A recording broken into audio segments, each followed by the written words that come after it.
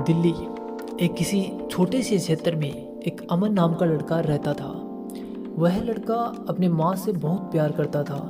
उसके घर में बस 3 लोग थे, एक पिता, एक माँ और एक खुद अमन। समय बीतता रहा। एक दिन अमन की माँ की तबीयत खराब हो जाती है। उसकी माँ हॉस्पिटल जाती है, लेकिन वह जिंदा घर नहीं आ पाती है। इससे अमन अंदर से बहुत टूट जाता है। वह कुछ खाता भी नहीं था। अमन के पिता अमन को उत्तर प्रदेश के एक छोटे से गांव से लेकर के आए थे, जहां पर अमन की दादी रहती थी। अब अमन अपनी दादी के साथ रहने लगा। वहीं उसके पिता फिर से दिल्ली चले जाते हैं। अमन जानना चाहता था कि उसकी माँ क्यों मर गई। समय बीतता रहता है। अब अमन करीब 15 साल का हो गया था। अभी वह कक्षा 10 की पढ़ाई कर रहा था। क्योंकि अमन गांव से पढ़ाई कर रहा था तो उसे अभी कुछ ज़्यादा ज्ञान हासिल नहीं होता था। लेकिन एक दिन उसे पता चलता है कि डॉक्टर भगवान होते हैं, वह किसी भी बीमार को ठीक कर सकते हैं। अब अमन के मन में यह बात बैठ गई। अब वह पढ़ाई करके डॉक्टर बनना चाहता है। वह इस बात को अपनी दादी से कहता है और दादी यह बात अमन के पिता से बताती है। अमन के पिता यह जानकर बहुत ही खुश हो जाते हैं कि उनका लड़का डॉक्टर बनना चाहता है, लेकिन साथ ही साथ वह यह भी सोचने लगते हैं कि डॉक्टर की पढ़ाई करने में बहुत ज़्यादा पैसा भी लगता है।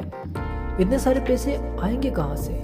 अमन अपने पिता को इस समस्या का हल बताता है। वह कहता है कि पिताजी, अगर मैंने अच्छे से 10th और 12th की पढ़ाई कर ली तो मैं एक अच्छे सरकारी कॉलेज में फ्री में पढ़ सकता हूँ, पर इसके लिए मुझे अभी अपने गाँव को छोड़कर किसी शहर में जाकर के पढ़ाई करना होगा। यह बातें सुनकर अमन के पिता कहते हैं, बेटा, इसके लिए मैं अपनी सारी ज़मीन गिरवी रख दूंगा। ऐसा ही होता है। अमन के पिता दिल्ली से गांव आते हैं, अपनी सारी ज़मीन को गिरवी रख देते हैं। इसके बाद वह अमन को शहर भेज देते हैं। अमन पहली बार शहर आया हुआ होता है। यहाँ पर वह कई तरह की चीज़ और स्टाइल को देखता है, जिसको देखकर वह अपने मुख्य लक्ष्य से भटक जाता है। अब उसे पढ़ाई करने में मन नहीं लगता था।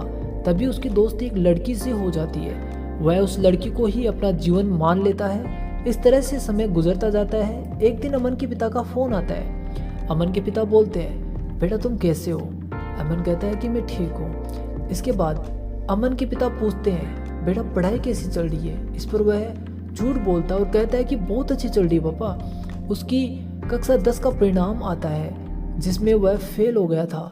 यह देखकर वह अंदर से काफ़ी उदास हो जाता है, लेकिन उसकी उदासी तब और बढ़ जाती है जब उसकी वही दोस्त उससे दोस्ती को ख़त्म करना चाहती थी, जिसके लिए उसने अपनी पढ़ाई को ख़राब किया था।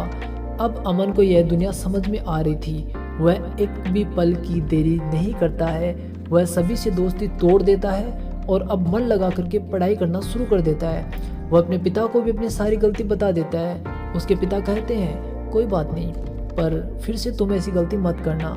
वह एक दिन में 15 घंटे तक पढ़ता रहता है। समय गुजरता है। वह फिर से 10th क्लास का एग्ज़ाम देता है।